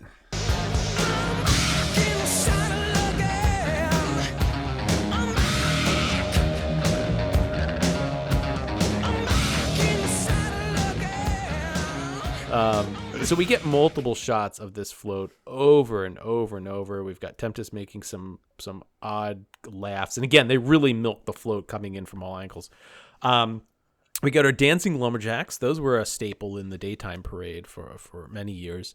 Kind of reminds me of what almost like the grave diggers that they use, in the Halloween Todd, stuff. I'm looking here. Yeah. This is the 1987 Spirit of America parade. So they're still running it in 88. They're still doing it. Yep. Put it on at night. There you go. So it looks like these floats were all new for that year. And, Gotcha. And this year also brought in the barn. Yes. Float. Yep. That still gets used used, over and over again. Yeah. 1,000 times. Yeah. This was a big year for floats. There's a lot of floats in this. But we got to stop the parade for a minute. We got to get over to America's Sweetheart, Willard Scott. Hey, thanks, Tempest. I'm right here in line for the world premiere of the Maelstrom Thrill Ride at Epcot's newest and 11th World Showcase Pavilion, Norway. He's going to mention the Norway Pavilion. He is. He's at Norway again. Yeah, well, remember, we talked about Maelstrom, but this is how he plays out in this. So He talks about the new Norway Pavilion. It was opened by the Crown Prince of Norway, dedicated it. They show some clips from the grand opening, and it's another balloon release happens, and they're playing When You Wish Upon a Star, which is a very, I just would have thought maybe, I don't know. They're playing it in Norwegian, though. The notes do have a little Nordic flair to them, I believe. Yeah. I just found that really interesting. They do the balloon release, daytime fireworks, and Willard then hands it off to Carol Burnett. And like Bert, she's in front of the same flowers. And Brian, I got to ask you, she did it when she was in Mickey's Birthday Land. She wiggled something on her left ear, and she did the same thing here. Anybody know what that is? She wiggles. Yeah. What is that part of her shtick? It is. Because I never. It is. So she would. I have a lot of things to say about Carol Burnett, but yeah, please go. You're on. It's Brian. She would end the Carol Burnett show every week, which was a variety show on from the late '60s into the '70s. I always thought the animation in the opening was very popular at the time, but she would end every show where she'd come out like at the end of Saturday Night Live, the guest host does, and says, "Thanks everybody, have a great night, see ya." And she would always tug her ear, and I don't know how long it took for someone to ask why she did it, but the tugging of the ear was a message to her mother watching at home, good night, I love you, whatever. It was a way for her to signal her mother that she was thinking of her, and it became her shtick. Aside from Miss Hannigan in Annie, I have never been a Carol Burnett fan. I don't know why. I just find her annoying. And it's tough to say because she's still alive. She's a national treasure. She's in her late 80s now, I think, if not crossed the 90 barrier. The wooden reading here, like she is fulfilling a contractual obligation. Like you can literally see her reading the cue card like, I would rather be anywhere but here. And now I've read it. And you can turn the camera off. Like it is emotionless. It is wooden. It is almost an insult. Like because it's like she's purposely tanking. To live in a country where freedom isn't just fashionable. And then I like my sparklers. So with my buddies here, we'd all like to say, Happy Birthday, America. I feel that this was probably done in California. They got Bert and her to come in on the same day, and she has characters, so they just throw some Disney characters from Disneyland next to her. And okay. So remember, Bert was doing Win, Lose, or Draw. So, he may have been down there. Yeah. So, which was a Disney production. Right. So he could have been in California, but he was actually sort of under the employ of Disney that time because Disney was producing. We'd still think. Yeah. We'd still think about it. How. We would still think about it. And Carol Burnett was, I guess, getting set up for her new show on ABC, Carol and Company, which they promoted during the Disney-MGM show, which ran for a year and tanked. That's right. So, all right. I'm not sure why she's so sad right now, but maybe her Magnum PI episode did do well that year. Well, we go to commercial after Carol there, and we come back to Mark Summers is telling us and getting us all excited about the Disney-MGM studios, which will be opening next year. So they say it's not done yet, but they do a flyover, JT, of the backlot and some of the construction, and they zoom down, and it's very clear that the New York street is not done yet because you can tell there's a big black drape at the end of the street. It's really, that flyover is really cool because you can see this is that year before the park. Right. And they've got the backlot. And you could tell why. Sort of built. Yeah, and you can tell why they did it at night. There's not a lot else there. No, that's why they did it in the evening. Studios, and it's the backlot, and that's all. And that's it. They didn't want to show you anything else. And so we're treated to lots of big hair and the song New York, New York. And gentlemen, I did not catch who sang it.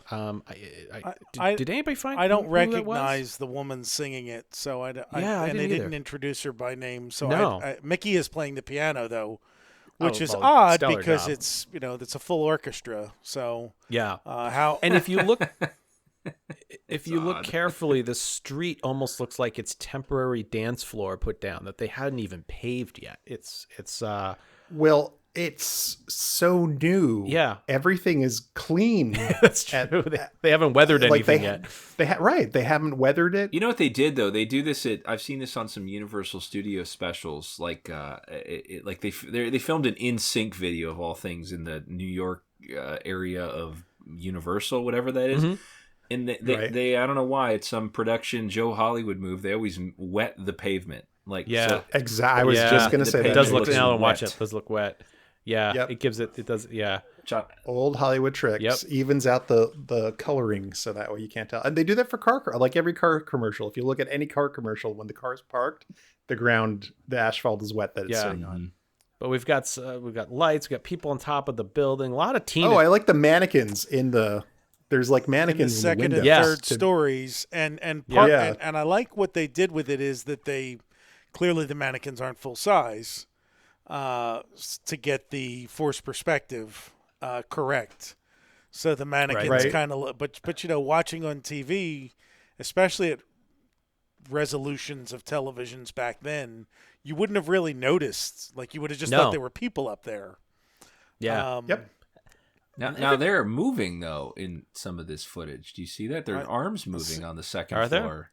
Yeah, those are real people. That's Shields and Yarnell you're looking at. That's Shields and they're all moving on all the floors. Are they really? Yeah, they are. Yeah, they are. Right, they might be dancers. All they right, might so they're be not real mannequins. people. Yeah, sure. That was a good TV show too. With this fake, non-real working studio, is it? And I love the fireworks at the end coming down. We're doing the big thing. And then we cut off to Keilani Ray Rafko. What do we know about her, Brian? She's Miss America. Miss America 1988 from Michigan. Yeah. And she's here to tell us how lucky we are to live in the USA. Yeah, which you could tell this was put together with a couple takes because they do one camera and then she oddly walks to the other. There's a very bad cut. Yeah. When she turns next to this Liberty Bell. She's kind of very stiff too. She's not an actress. I mean, she's right. It's a beauty pageant. So she says that Mr. Lincoln should tell. Yes. So we have a really old film clip. Like somebody went to the archives and didn't clean the film before playing it. It's pretty bad. It looks like it's from a souvenir film. Is it not the same exact film that's used on every single thing? Right. Yeah, it's the same clip. And we see scenes from around the USA and paintings and famous quotes. And this is like a longer, drawn-out end of the American adventure, but it really takes us from the Declaration of Independence. I think the space shuttle's even in there something, and it takes you through World War I, World War II, all the different things have gone on. It was an interesting montage because it is. Some of the clips are the stuff that was in American Adventure, and then there's just a bunch of odd things that. It's almost like random B-roll footage from news. It looks like the opening of the American Experience on PBS, like the credits are running, and you get people at the Grand Canyon and the Pledge Allegiance to the flag. Then there's Native Americans dancing, and then all of a sudden there's an ERA Equal Rights Amendment march, and there's people taking their citizenship and. Yeah, we jumped from Babe Ruth to hockey to directly to Ronald Reagan and Superman. I John like the Glenn. Superman cameo. Yeah. There's a lot. There's a lot to unpack there. Certainly, Charlie Chaplin. Yeah, is Nixon resigning? He in there? is. There's a they got him resigning. Nixon resigning, and you're like, okay. Well, I mean, I guess if you're saluting the Constitution. Gerald Ford said the Constitution works. Nixon resigned. Right. All right, there's bread lines and there's a lineman climbing a pole, and for some reason, Jimmy Stewart in It's a Wonderful Life, and it's a golden movie. But there's no order to any of this. It jumps back and forth. No, it's all over, and it is oddly put together, to say the least. So I guess we're supposed to have that sappy American feeling. Well, I mean, you did. I mean, proud. But it's weird to see them intersperse it. Like there's a scene with dialogue from the Grapes of Wrath that suddenly gets cut in, and Usually there's some kind of like a Bruce Springsteen, like a time they do it over like a consistent through time, or we jump everywhere. There's a theme, like, okay, now we're going to show this, president, like places where the America was like under stress, like during wars, and now we'll show the struggle for equal rights, and but it's like literally back and forth all over. It might be of Mice and Men, before somebody corrects me. I don't know if it was Grapes of Wrath or of Mice and Men. But did someone want to pet a rabbit too hard? Because that's of Mice and Men. I just wanted to touch him. What's her name? Lecturing them on. I don't know. It's a great montage. I think that's the Grapes of Wrath. Grapes of Wrath too. So. Yeah. But hey, we want because the other ones. We cut to win it. We've won World War II now. We've jumped back to winning World War II. Then it's like Henry Kissinger and But Brian, we're going to cut to commercial and come to one of the space, and then the Wizard of Oz. Yeah.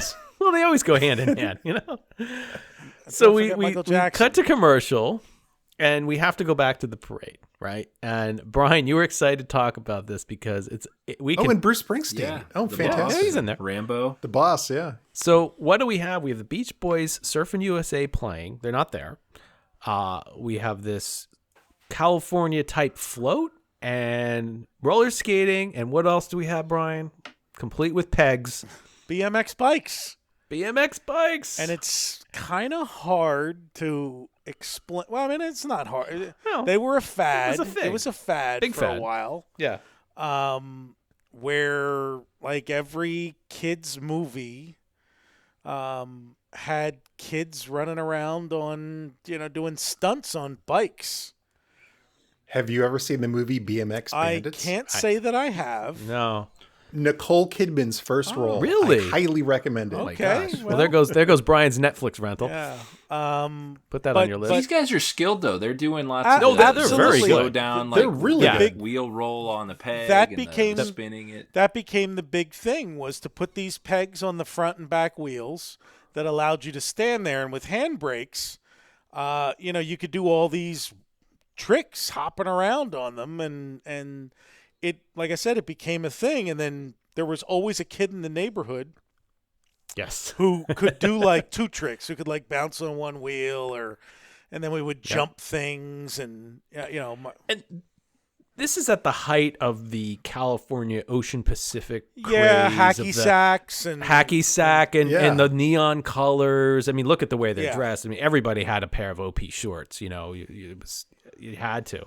And I had Sundeck baggies. That was mine. Is this the year, Hal, that and Brian, you probably had it in your computer? When did California Games come out? I think it was 87 from Epix. 87 I think it was 87. Okay, all right. So I mean, California 87. Yeah, you're right. So this is right in that total fad. It was a big thing. So it's California Games. 6 great fun in the sun games for your Nintendo. Roller skating, foot bag, BMX racing, surfing, skateboarding. Master all 6. California Games for your Nintendo. So two things I want to point out about before we go onto the castle float. Okay. One is the ramp on the float, so the bikes can go up the ramp and then accelerate down the ramp. So the bikes are like using the ramp to like do the tricks. Yeah. And then the second thing is, because it's the 1980s, like the band up on top of the float, the keyboard player has a keytar. 100%. And by the way, they're in front of the Tigger surfing float, which I called the Dick Nunes float. So we've got the crystal float there, the castle float. This land is your land is heard, and we've kind of have all the leftover characters that didn't make it in the other floats, kind of just used at the end here. And then we end the parade with all the flags of the nations around Epcot Center, which prompts Tempest to say, So let's return to the Epcot Center and Willard Scott. So let's return to the Epcot Center. Yes. Which, JT, who do you think's there waiting for us? I see this. It's Willard Scott, but I'm more concerned why they're holding this gross troll voodoo doll. Yeah, well, he goes into this whole thing that she's not a troll, and this is not a troll, I'm not a troll. And we didn't mention that on the Maelstrom episode, but he talks about American fireworks and that Norway has a Independence Day, and he says something that just wouldn't fly in today's. Got everything, parades and everything, but not the fireworks. Oh, my dear. Wherever you are, there are fireworks.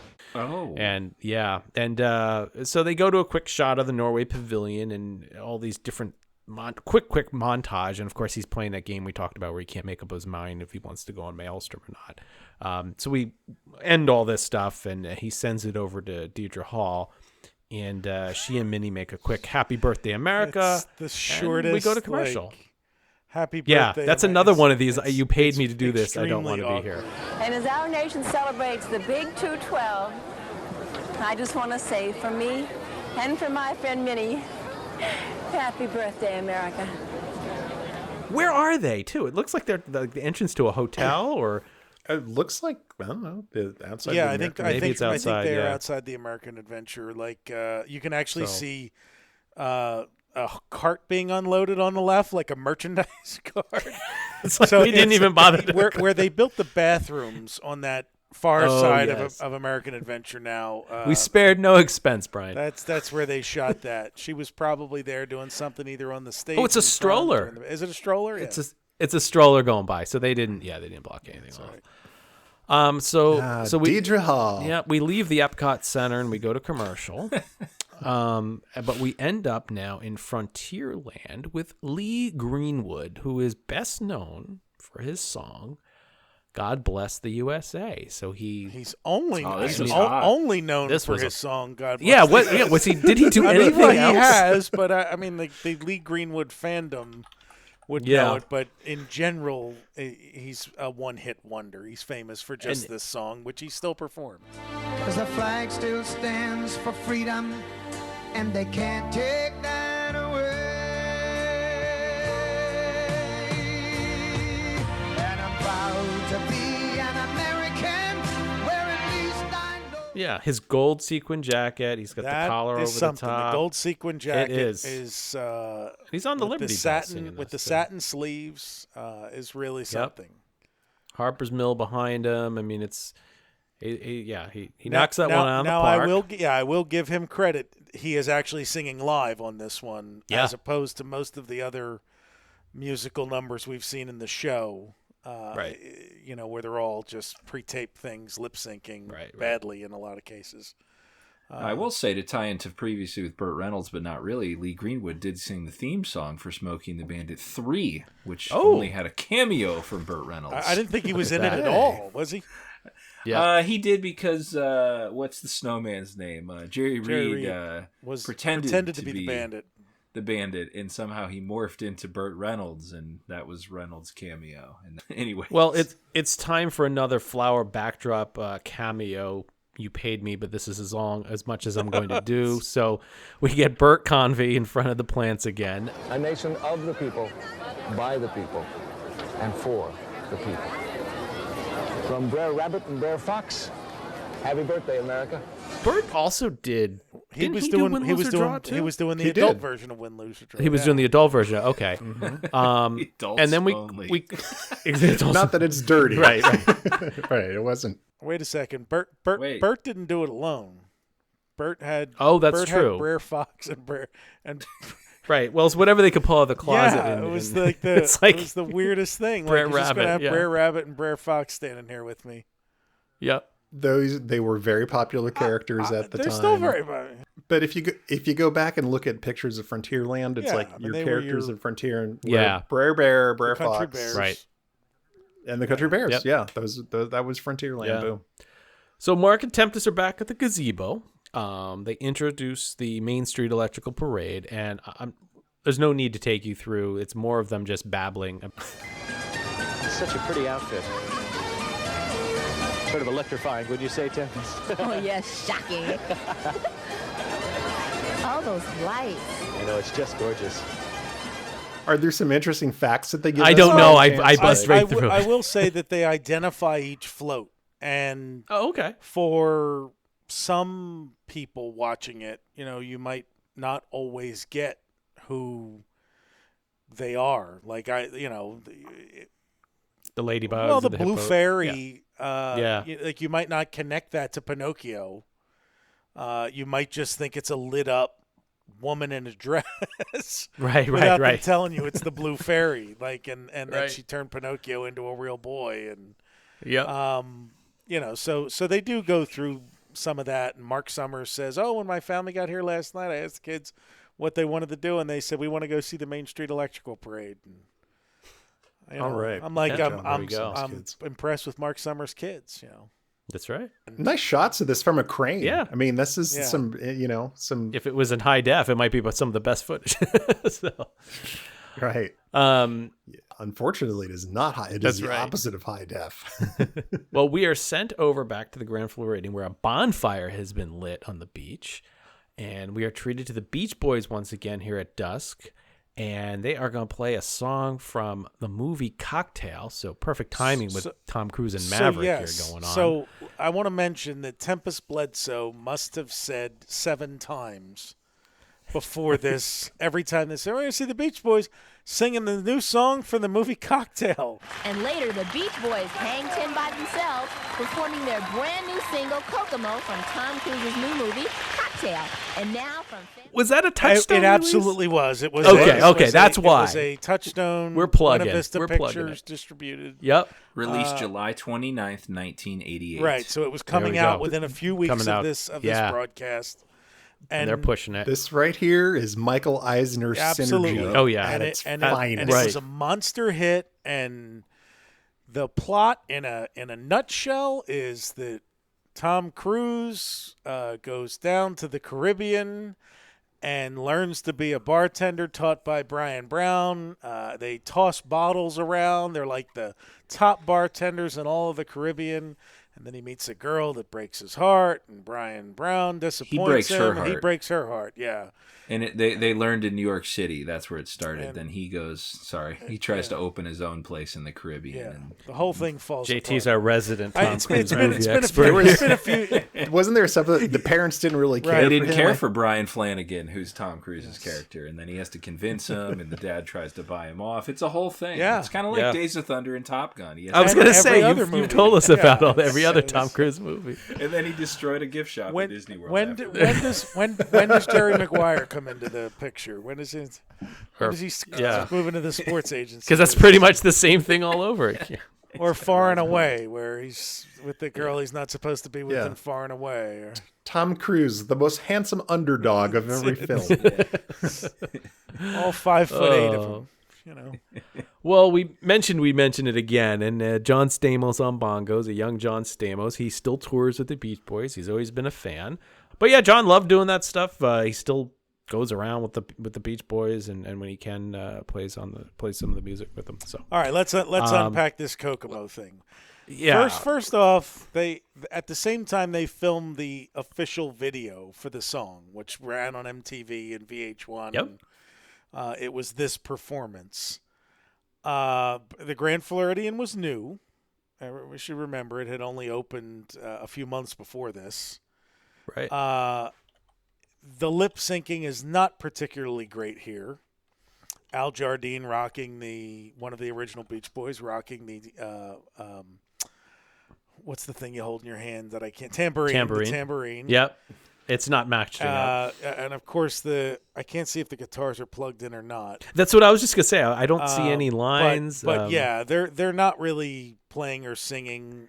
Carl Wilson is there singing lead on the chorus. But he looks over a couple kind of like, am I yeah. on? And in a couple of the wide shots, you can see the other cameras kind of swirling around on them. But the best part is when you hit every song from, when did the saxophone solo start, Hal? Like 82, gosh. 83 maybe? Well, that was Springsteen really started adding a lot of that in there too. No, there was Billy Duran Joel. Duran had saxophone That's in true. it. There was quite a bit in the early Yeah. 80s. And then especially if you did the thing where it was like doubled Yes. to thicken the sound. Yeah. But That was there a was big a period deal. of time, and we'll say the breadth of the 80s, where anytime you were doing a power ballad or something like that it was a big thing to put a sax solo in there. And I'll tell you, in this particular time, like this 87, because then you had like Tina And Turner, Michael Bolton We Don't Need Another Hero, Michael Bolton. And it was always like this big guy that looked like Conan the saxophonist that played in all the music videos. So Mike Love, who has been the leader of the Beach Boys, for lack of a better word, for the last 40 years, he pretends to play a saxophone during the saxophone solo. You can tell, like, his cheeks don't move. His mouth is not even on the mouthpiece at certain points. It's like some of the poorest acting. When Jessica Simpson's sister's vocal track skipped on Saturday Night Live, it looked more believable than him with the fake saxophone playing here. It was what really is interesting about this. I mean, we have the ability, and also too, John Stamos is whacking the bongos like you would be able to hear him in Miami with it. But what's really interesting is that we have the ability to watch this over and over and critique it. Some Disney specials that are still on today make me cringe. I'm just wondering if people cringed watching this. Like, even the new stuff is pretty bad. I'll say that it was pretty standard back then for bands to basically lip sync to the released track. Yeah, but the fact that this became an MTV music video is let me say this to you. I am sure that it was part of the negotiation for them to go there and perform is you guys film our video for us. Music video back then cost a few $100,000 to produce. And the Beach Boys said, look, we'll do this for you, but since you're taping us anyway, we want you to shoot us on film. And in addition to the video shot for your TV show, and give us the raw footage for our video. And I think that's what they did. Yep. That was probably part of the contract. Well, they also had a working production studio right down the road, so they could just wheel everything Indeed, they there. did. That's right. Yeah, you can we'll get this down to the studio stat and just get your copy ready to roll. Cocktail was coming out soon. Yep. I mean, they had it all working. That was like the resort, the parks, the movies, I found the name of the saxophone guy, Tim Capello. Tim Capello. You mean it's not? Is he the brother of You mean it's not Mike Love? I don't know if he's the one that played on this song, but he's the big muscular guy. He was in the Lost Boys, and he was in all the Tina Turner videos. Now, Kokomo in the 80s and 90s. also came out, released July 18th at your local record store. So this was a hot track coming out then. Nice. We had the movie, the song. Yeah, Man, it was. I can't believe I the remember. synergy. I mean, yeah, and you could easily pick up on this song well. Did anybody buy the single in a cassette? I did. Perhaps? I did own the single. I owned the single of Kokomo. The single? The no, cassette single? I owned the single, the 45 record. I You had bought of 45. Kokomo. Okay. Yeah, and it. I can tell you right now, it was a white cover, and it said Beach Boys on the front, but it was like palm trees and all in the script. It wasn't like solid letters. It was. Now I'm gonna have to. It's funny. I have a video actually ripped from my sister's a listener to the show. She'll probably laugh when she hears this. In her second grade performance around this time, they actually sang Kokomo on stage at elementary school. It was a very hot song, apparently. It was super popular. And a Super duper surprise popular. because the Beach Boys hadn't had a hit since the Yeah, 60s. And all of a sudden there was this giant, Kokomo single. Well, plus the Wipeout was a few months before. I'm trying to remember which. So what order was it? The Beach Boys, Fat Boys, Wipeout was first, and then Kokomo. I remember going to a dance in 7th grade, which was 87, and Look, there's a rhythmic ceremonial ritual coming up. Of course, the Enchantment Under the Sea dance. They're supposed to go to this. That's where they kiss for the first time. All right, kid. they were playing If only Wipeout. we had a device in front of us that could tell us. Well, let's this. find out. Let me look here. Fat Boys and the Beach Boys. Right, it was 87. Was also, and that Yep. came out in August of 87. So, so it actually came out after Kokomo. Because it was the fall dance. Yeah, so it came out in August of 87. So Kokomo came out in July. Wipeout came 88. out. Okay. Sorry. Yeah. Wipeout came out August of 87. But Right. let's be honest. Like the Beach Boys, there was like you could have had any band playing the Wipeout. The portion of that song, the whole hook was the Fat Boys and Yeah, that's so I'm going to tell you right here. This has got to be the origin. Aerosmith, Run DMC, Walk This Way Right. becomes a huge breakout hit. Yep.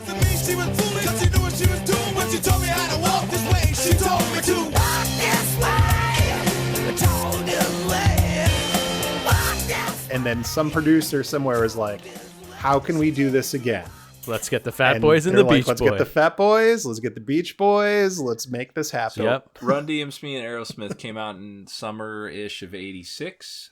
There you go. Fat Boys and the Beach Boys was then 87. summer of 87. Right. Yep. Yeah, it's perfect.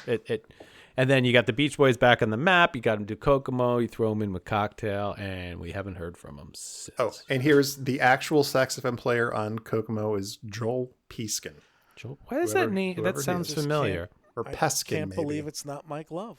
I can't believe that's actually when I can't believe it's not Butter went out. I can't believe it's not Mike Love. Was the That's next, a T-shirt big right thing that there. came out. That's a T-shirt. sell one. A saxophone that says, "I can't believe it's not Mike Love," but instead of the L in love, it's a sax. Yeah, he'll buy one. Yeah. Well, we just got away from it all. We did, so well, we the need to go Beach back. Boys will do that to you. Exactly. You get the reference. There you go. Well done. All right. So we've gone to Kokomo, and we are now sent over to Clifton Davis from Amen, which is a sitcom I never watched. Did you guys ever watch Amen? Yes, You did. Okay. He's over in Liberty Square with Chip and Dale, and he gives us another Happy Birthday America thing for like 12 seconds or so. So after Clifton Davis, there's a shot of Main Street USA that certainly shows 100,000 people on it. Oh my gosh. And then Willard goes over and does the Maelstrom thing. So I'm not going to go through that whole, we covered beat it. that portion to it. Covered it in the Maelstrom episode. quite a bit. So go back to the Maelstrom episode. Willard doesn't know if he wants to go. He interviews the people. Splash. This is a great time to drop in some more Joe Satriani, though. Oh, absolutely. We'll put in that. And we'll put a little The Cure in here as well. Right. So go back to Maelstrom and listen to that. But all right, so we're closing in on the last half hour or thereabouts, and they needed it could not come sooner at this point, right? It could not come sooner because buckle up. Here we go. So we go back to the Cinderella Castle for Rita Moreno and Tommy Tune, and I'm other than hey you guys, and West Side Story, Rita Moreno, I don't know a lot, so I will let you guys explain Tommy Tune. She was one of the first people that won the like all things, right? The Tony, EGOT, the Grammy, the EGOT. the EGOT, yeah. But she's both of them have their main roots in Broadway and on stage production, so it makes sense that this, which is by and large all Disney and the Rockettes were there then too. So I think, I'm not sure, but I think as you get deeper into this segment and you get them all out there dressed in red doing their kicks, that's actually the Rockettes. I think some of the dancers here are the Rockettes. Yeah, they start doing a chorus line towards the end and doing the whole leg kick thing. I was going to mention that. So, oh my gosh. So where do we start with this? But Tommy Tune, he was in one of he was in the Space Mountain opening TV show. Oh, was he really? Yeah, 1975. He did that crazy dance on the Grand Prix. Oh my gosh! See, this is where my mind doesn't. I can never follow these. And he danced on top of like the Osceola class. Like he danced on top of like everything. He like jumped down a hole, like a manhole at some point and popped out again. It was amazing. But he's a choreographer. That was like, besides being an actor, it's like I would not be surprised if he didn't do the choreography on a lot of this stuff. All right. So, all right. Well, here's what we go. We start with a lot of patriotic type music, lots of dancing. Mickey's coming out. Again, that bad Mickey voice. We've got a lot of marching band music. We're 6 minutes in. It really looks like Sam Eagle. Yeah, put this whole thing together because we're not done. Wait till you get to the time on how long this takes, right? Right. So we're 6 minutes in the number. We have not seen Rita Moreno or Tommy Tune yet. Maybe I think Tommy. Anyway, no, he that's right. He opens and dances. Yeah. So at the 8-minute mark, Rita Moreno finally comes out dressed as Shirley Temple. I looked, guys. I don't know why. I couldn't figure it out. But then Tommy Tune comes out and they play "Strike Up the Band," which was a Gershwin tune. I was trying to find if that tune was also in any Shirley Temple movie or anything like that. I couldn't find anything. The only thing I can tell you is that Tommy Tune is a big Shirley Temple fan.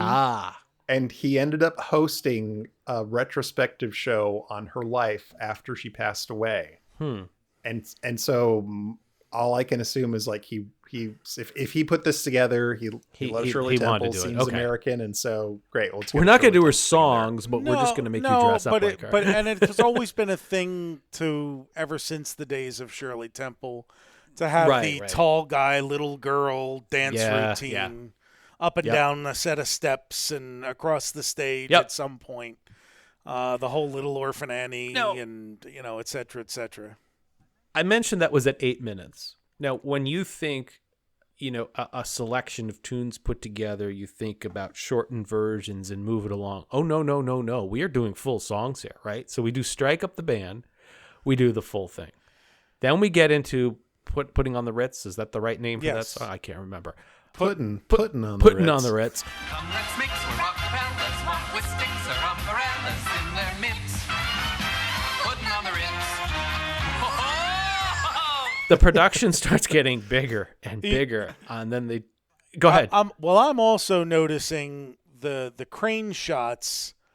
Clearly, the cheering crowds are not actually there that they keep cutting to. This is all shot in the middle of the night with no one in the Magic Kingdom. And they're cheering like Van Halen just came out on stage. I mean, it's they're just going nuts. Bruce is coming out for the encore to do "Born to Run." Exactly. We play the song. They do the song, the entire song. "I Won't Dance." I won't dance. Why not? Don't ask me. I won't dance. Don't ask me. I won't dance. Merci beaucoup. So there's a whole lot of dancing. That was a Frank Sinatra tune, I think. Then they do "We're in the Money." We're in the money. We're in the money. We've got a lot of what it takes to get along. And then we finish it off at "Strike Up the Band" for the big ending with a giant chorus line, as you mentioned, Brian. Probably some of the Rockettes. Did he do a quick change right there? Yes. Because he's in a black tuxedo, and then suddenly he's in a white tuxedo. He does change.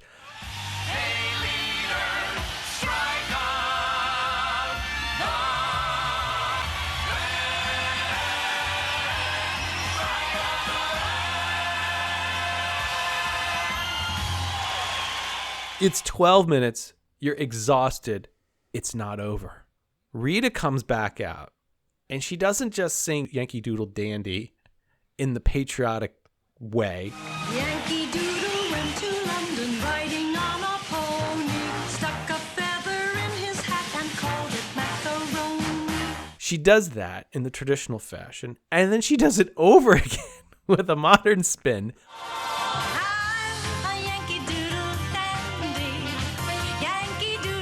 Die. A real live nephew of my Uncle Sam's, born on the 4th of July. 5 minutes of Yankee Doodle Dandy. So we're now at 17 minutes since this whole thing started. And Brian, I think you're right. This was a Sam the Eagle production. Yeah. I mean, it's just, and we're not done. So we say goodbye to Tommy Tune and Rita Moreno, and they bring out what I believe are the original singers to the Golden Dream from American Adventure. And we have a ballet dancer. I don't think they're actually singing in this one, so I'm not sure if it's them or not. We don't know, and there's not a lot of information in the credits. And what I found interesting about this was that Golden Dream, had only been out for 6 years. If he didn't travel to Walt Disney World, you may not know it, but is a song that at least says it's about America, spread your golden wings on eagles and all that stuff. And they own it. So they own it. Yeah, right. Exactly. So we might as well use it. Cross the sky, great bird with your golden dreams. They did cut out all the famous quotes. You don't hear Martin Luther King or JFK, but don't forget we already did that way back when Lincoln introduced that other little montage. We're not done. We're missing a couple songs here, so we need America the Beautiful. They let go of some doves, though. You need to do that. Oh well, yeah. I think there's more balloons. This might be the third balloon launch too that we're at.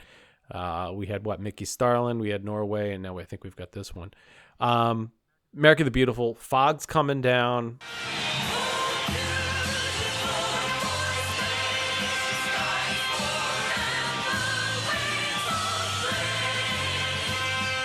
People dressed as patriots everywhere. That's a heavy fog. It is just drowns out the. It's like the Battle of Bunker Hill. Exactly. I mean, the guy just disappears in it. He totally goes away. So we've got this, America the Beautiful, fog coming down, patriots. The big banners are now being raised, and there's no close up of it. I think it's a Statue of Liberty. Yeah, that looks like rises up from the middle. Yeah. Yeah, and then this is when the balloons come out. We got balloons galore. America the Beautiful then mixes into a song called Corner of the Sky. So they're on like 9 songs in now at this point. Everybody is, thrilled, and we then go to our last commercial where we also push Delta Airlines and Grand Floridian there again in the big red boat to Premier Cruises. So we come back, and we get a message from Michael Eisner because we're not done yet. Michael Eisner gives us a special message, and JT, he does not start with "Hello, I'm Michael Eisner." Right? Hello, he's introduced, right? Yeah, because I don't think how many years is he in now, Brian? This is 88. This was his 4th year there. Ladies and gentlemen, the chairman of the board of the Walt Disney Company, Michael Eisner. Good evening. The 4th of July is a very special day for all of us in the Disney family. It's a time when we can join you in saying Happy Birthday, America. His 4th year, so he's not. He's done some of these. He was hosting the Sunday night show by this point. He was okay. He was all right, so people Sunday night shows by this point. Coming to become a household name. Right. So anyway, Michael basically says, "Thank you for joining us. Here comes the finale." If the past 25 minutes wasn't, we're back to America the Beautiful. We get "God Bless America." These are all full songs. And we get the Star Spangled Banner in its 100% full version with the extra verses. So before she starts singing, though, is Mickey is in a patriotic outfit, and he does the Fantasmic move. Oh, yeah. Like the sparks coming out of his fingers. Yes. So after Eisner, Mickey's coming in. He's conducting the orchestra in his Uncle Sam outfit, which I love that. And then he does like what Hal called the Fantasmic move. It's a cut. It cuts away to almost a different Mickey or a pyroed up Mickey, and he shoots about 3 seconds of sparks out of his fingertips. He's getting ready for Fantasmic. That's all. Yeah, the Emperor Palpatine. So that now behold the power of this fully armed and operational station. Exactly. Unlimited power. There's a shirt. That's our 4th of July. We want to mix. Mickey Palpatine. So the best. So that was a thing they were doing then during that Star Spangled Salute, because I have the 88 or 89 calendar. Like the July image or June in one of them is Mickey in his red, white, and blue shooting the sparks out of his finger. So that was a thing that they were doing then in this Star Spangled stage show that they put on during this 1.5 year long celebration of the Constitution and Americana, etc. And that leads into Sandy Patty coming out to then perform the Star Spangled Banner. And we have to talk about Sandy absolutely. Patty, and what she's famous for. This show, which is now... What's 1988? 98, 08, 18, 35 Yeah. years ago. Sandy Patty's only 65. That means when they did this show, she was 32 in 1988. Except looking at this performance, and people can throw their age sometimes. I thought she was like 60. Well, Brian, it's funny you say that too.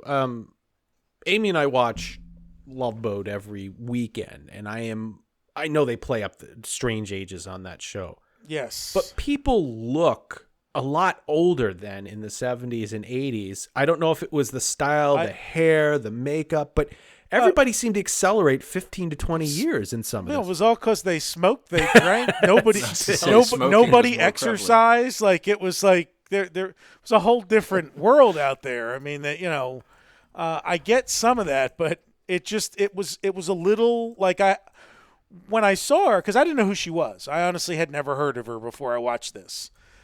She's a Christian musician. There's a lot of people that do know her. She's what she's famous for is that she takes songs and she performs with these pop vocals, and then all of a sudden goes into this operatic soprano vocal range, and she does a lot of that in this performance here. Right.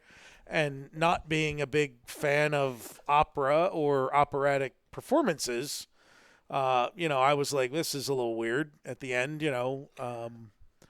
but yeah, that was. I mean, she sings the hell out of the song. She does, and what I find is interesting is that you've got the Star Spangled Banner not as we know it, but as it was written with the full version and extra verses and stuff. And I do need to mention the reason she was here, the reason she was known, is that she performed the same Star Spangled Banner 2 years earlier. President Reagan, they renovated and rededicated the Statue of Liberty on, I think it was its 100th birthday. But it needed its rededication. This was before David Copperfield made it disappear. That's right, because he did put it back, though. He did put it back, and I appreciate that. And what she does do is that in the poem, it says, America, America, America, America, my home, yes, sweet home and all that stuff. And she did quite the rendition. So she's going all out.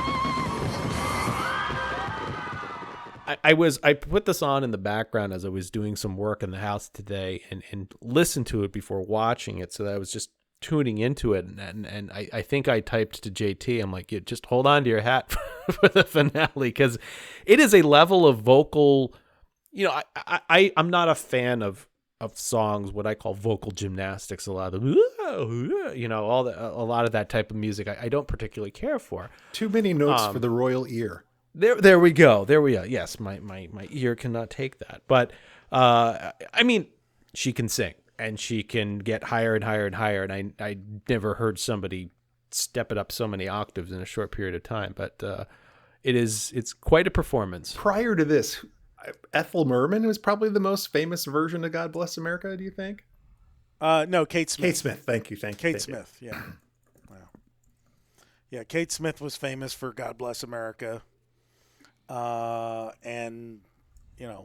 I don't know that anybody had a definitive Star Spangled Banner version, until Whitney Houston did it at the 1991 Super Bowl. Yeah. And then that kind of became the gold standard. Roseanne wasn't the gold standard at that point? She was the Oh, my she's... God. Well, gentlemen, when we started this episode a couple weeks ago, I even mentioned, maybe if we don't get through it, we can do 87 or 89. Well, obviously, we have burned the midnight hour. Well, almost the midnight oil here. I was going to say, I think we were 3 years younger when we started this episode. We have certainly. And I will say, at the very end, at least Jack Wagner gives him his own due. He says, "This is Jack Wagner," and so you know who it was. We hope you've enjoyed an evening of wishing America happy birthday. This is Jack Wagner speaking. Good night. I'm just watching the credits right now, just seeing if there's any Even that was an odd cut, though. He's like, Jack Wagner, didn't you tonight? Yeah. And then it just stops. Yeah, exactly. And they're like, what did you cut out? All right, gentlemen. Well, I watched the credits here, and the last little bit, it says, I hate to bust any bubbles, it just says portions recorded. If you didn't if you didn't figure that out, some of it was pre-recorded. It wasn't live? It wasn't live. It wasn't like Regis and Kathy Lee there, distributed by Buena Vista Television, 1988. So, gentlemen, I appreciate you coming on this tour, and we might have to do it next year. Maybe we'll go back to 87 or 89, or I don't know, maybe a listener has another favorite one. And since we dug around and found this Yuletide special from the Magic Kingdom, I'm going to have to go figure that one out. That might be one of our holiday episodes. So I do see 92 is hosted by John Ritter. Oh, there we go. That would be great. Yeah, I'm sure Robbie Benson will be there. Absolutely. We're getting in a whole new genre, folks. So if there's any listeners out there that have some of their favorite TV specials we haven't done yet, by all means, drop us an email at info@podcast@retrowdw.com. But as we always say, for those of you out there who want to support us, you can send your donations to lbvhistory.org/donate, or check out our online store at retrowdw.com/support us. And how I breezed over it today. You said you had a new shirt. I forgot what it was, so let's tell the listeners. Yeah, you came out of nowhere with this. Yeah. Right. So it's so I was thinking about, I'm not sure what it was, something, and maybe with all the voting and whatnot, the run up to the political season, I was thinking about Horizons and the old line in there that says, everyone can choose, majority rules. Mm-hmm. And you used to be able to choose from, land, sea, and space. And it occurred to me, there are still 3 pavilions at Epcot that are those. There's the land, there's the living seas, now the Seas with Nemo, and Spaceship Earth. And then only some of the last remaining ones. Yeah, exactly. This is incredible. So you put this shirt together, everyone can choose, majority rules. You got the 3 logos of the 3 pavilions on there. Your family can get together, wear the shirts, and then you guys can duke it out over which ride to get on first. This is such a deep cut. And maybe what you can do is you can hand out little sticker check marks to put on your shirt, and check out which one you want. That is, oh, wow. I love it. So it's a deep cut reinvented even more. So. That's what we are the remixers. Okay. Well, I love it. And maybe you can get one that says the Epcot Center for Tempest. Could you do that one? The Epcot Center, home of the giant. We should. The Epcot Center, home of the big silver ball. So, oh my goodness, another inside joke. But all right, well, next month, I don't know if we've determined where we're going. We do have a lot of things on the drawing board. We've talked about Wonders of Life. We've talked about finishing up the Alien Encounter episode. It'll be August, and we will be back with a new episode, but there's certainly a lot of different places we have to go yet. We just haven't decided yet. But again, give us a shout out and review on iTunes or your favorite podcast app. We're all over the place. So if you're listening to us, you found us. And JT, you got something to say as we sign off here as well, right? Yeah, we're slowly releasing the Retro Magic videos on yes, YouTube. yes. We've got as of now, we have the first 2 out, and 2 more coming this week, and they're slowly trickling out. So subscribe on YouTube if you want to go back to Retro Magic in April. Yeah, go back and But again, if you give us that shout out on iTunes, any questions, send to podcast@retrowdw.com. And again, thank you for listening, and hope you enjoyed this. Hopefully, this is was one of your top lists, your top things to do. Thanks, dog. Jesus. It's like doing the curly shuffle shake over there. Hopefully this made your July 4th and a holiday, and maybe you put this on the TV and either scare your family with it instead of watching maybe the Boston Pops. You're going to put this on instead. But happy 4th of July to everybody out there. Happy Independence Day. And with that, Brian, take us out. Follow the Lake Buena Vista Historical Society on Twitter and Instagram at LBV History, and on the web at lbvhistory.org. For all things Retro Disney World, including exclusive merchandise, visit us on the web at retrowdw.com, and on Twitter, Instagram, and Facebook at RetroWDW. And follow our hosts, Todd McCartney, on Twitter at WDWMS, Hal Bowers on Twitter and Instagram at GoAwayGreen, JT Cougar on Twitter at LS1JT, and on YouTube at Rubber City Motoring, and on the web at rubbercitymotoring.com. And you can find me on Twitter, Facebook, and Instagram at Brian P. Miles. Retro Disney World is the monthly podcast of the Lake Buena Vista Historical Society, a nonpartisan, nonprofit, tax-exempt 501c3 organization, and is not affiliated in any way with the Walt Disney Corporation or any of its subsidiary or affiliated entities.